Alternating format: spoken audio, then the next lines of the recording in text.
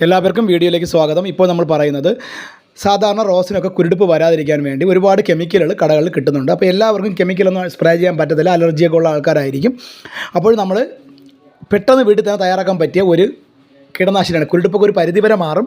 അപ്പോൾ നമ്മളതിന് ചെയ്യണം, സാധാരണ ഒരുപാട് ആൾക്കാർ ഉള്ളിയുടെ തോല് പൊളിപ്പിച്ച് സ്പ്രേ ചെയ്ത് കൊടുക്കാറുണ്ട്. അതൊരു കാരം കൂടുതലാണ്, അപ്പം നമുക്ക് പെട്ടെന്നൊന്നും ഫംഗസ് വരാതിരിക്കും. പക്ഷേ അതിൻ്റെ കൂടുതൽ നിങ്ങൾ ചെയ്യേണ്ടത് ഉള്ളിയുടെ തോല് നിങ്ങൾ പുളിപ്പിച്ചൊഴിക്കുമ്പോൾ അത് പുളിക്കാനായിട്ട് വയ്ക്കുന്ന സമയത്ത് അതിലേക്ക് ഒരു 5 ഗ്രാമെങ്കിലും, 1 ലിറ്റർ വെള്ളത്തിന് 5 ഗ്രാമെങ്കിലും ബേക്കിംഗ് സോഡ കൂടി ഇട്ട് മിക്സ് ചെയ്ത് വച്ചതിന് ശേഷം ഒരു ദിവസം 2 ദിവസം കഴിഞ്ഞ് അരിച്ചെടുത്ത് നമ്മൾ സ്പ്രേ ചെയ്ത് കൊടുക്കുകയാണെങ്കിൽ റോസിന് ഒരു പരിധി വരെ നമുക്ക് കുരുടിപ്പ് നമ്മുടെ വീട്ടിൽ തന്നെ പ്രത്യേകിച്ച് കെമിക്കലുകളൊന്നും ഇല്ലാതെ മാറ്റിയെടുക്കുവാൻ പറ്റും. അത് നമുക്കൊരു 5 ദിവസം കൂടുമ്പോൾ സ്പ്രേ ചെയ്ത് കൊടുക്കാവുന്നതാണ്. വളരെ നല്ല ഒരു ജൈവ കീടനാശിനിയാണ്.